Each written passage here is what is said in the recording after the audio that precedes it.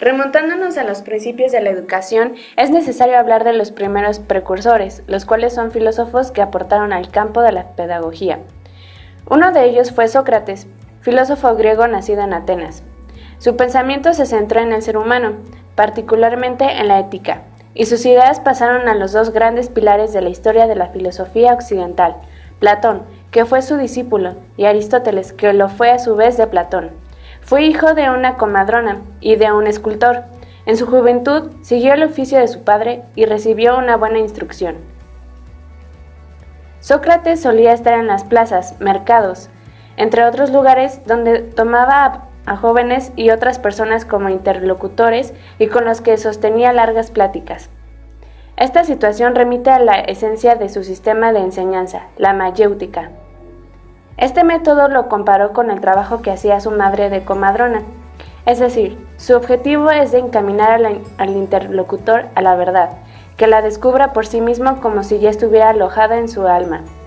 Para lograr esto, se producía un diálogo en el que el filósofo realiza diversas preguntas y el interlocutor respondía, y así al final se pudiera reconocer si las opiniones del interlocutor eran un engaño o un verdadero conocimiento.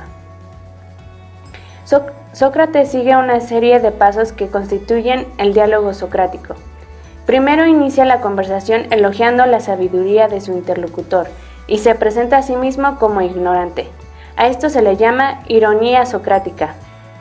Después, Sócrates proponía un tema o una pregunta en específico y el interlocutor respondía al cual elogiaba, para después continuar con una serie de preguntas o contraejemplos hacia las respuestas, provocando una profunda confusión a su interlocutor, admitiendo y reconociendo al final que no sabe nada sobre la cuestión. El punto principal de lo anterior es que no puede enseñarse algo a quien ya cree saberlo. Es por esto que Sócrates dice, solo sé que no sé nada. Es decir, que para llegar a la sabiduría hay que tomar conciencia de nuestro desconocimiento. Después de admitirlo, se comenzaba la mayéutica. Otro filósofo importante fue Platón, uno de los más importantes filósofos griegos nacido en Atenas. Se le considera uno de los pilares de la filosofía occidental, además de una de las personalidades que más ha influido en la educación. Para Platón, la fuente del saber estaba en diferenciar lo bueno de lo malo, ya sea para el individuo o para la sociedad. La educación, según Platón, puede definirse como el proceso de socialización de los individuos. Al educarnos, somos capaces de asimilar y aprender conocimientos.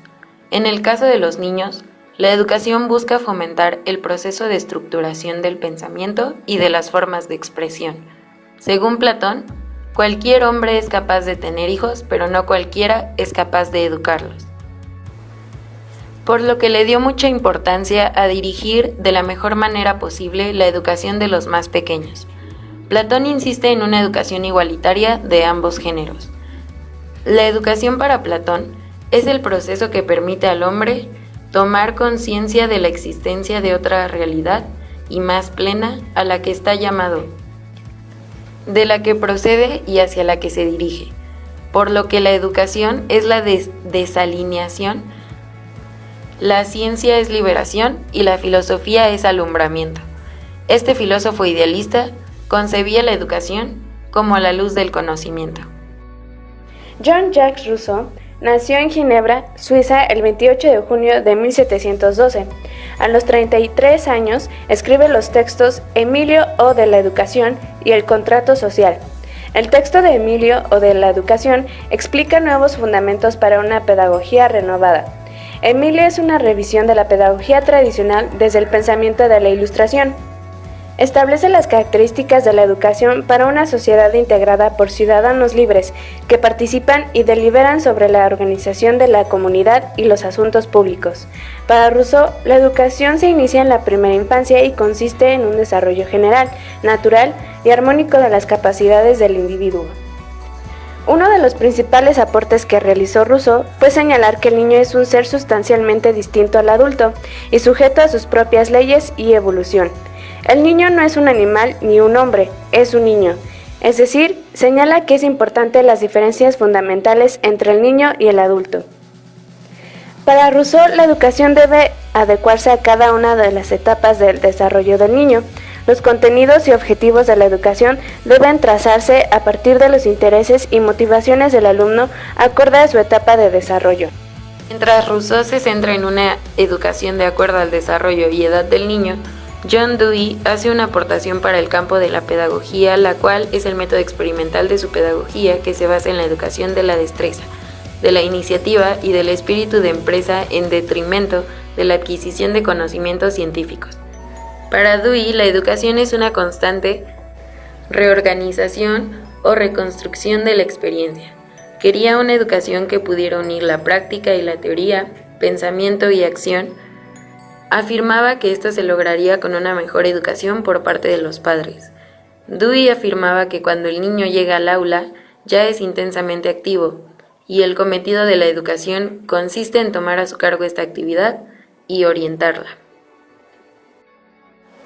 Sobre la educación. La educación es definida de distintas formas con la finalidad de rescatar distintos puntos importantes que toca esta parte de la vida de un ser humano. De acuerdo a Rousseau, tenemos que la educación es un proceso natural, no artificial, un proceso que viene de adentro, no de afuera, mientras que para De Crowley, la educación es el medio para construir y enseñarle al hombre a vivir en sociedad.